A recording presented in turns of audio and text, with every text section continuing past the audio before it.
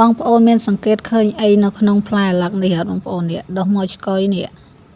ឃើញស្លឹកខៀវហ្នឹងហើយខាងក្រោមនេះគឺឫសរបស់វាសនេះបងប្អូនអញ្ចឹងតើជាស្អីទៅដែលវាអាចទម្លុះផ្លែអាឡឹកនេះបានណា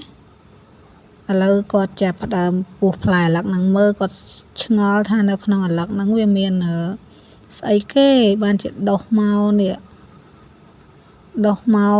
ទម្លុះសបកអាឡឹកហ្នឹងបានណាអញ្ចឹងចាំមើលគាត់ពុះមើលទាំងអស់គ្នាមកបងប្អូនតើជាដើមអីដែលវាអត់មានកន្លែងដុះមកដុះពាក់កណ្ដាលផ្លែអាឡឹកហ្នឹងហ្មងណាមើលហើយគាត់ចាប់ផ្ដើមពុះឲ្យបងប្អូនអ្នកពុះហើយអាឡឹកទុំទៀតណាអញ្ចឹងគាត់ចាប់ផ្ដើមឆ្កឹះសាច់អាឡឹកហ្នឹងចេញមើលដើមអីគេនេះបងប្អូននេះបកែខ្លាំងណាអាចទម្លុះផ្លែអាឡឹកបានធ្លុះនេះអត់មានដើមរុក្ខជាតិអីដែលអាចដុះបុកទម្លុះចឹងបានទេបងប្អូនសាកទាយមើលដើមអីហើយជាដើមស្រូវទេដឹង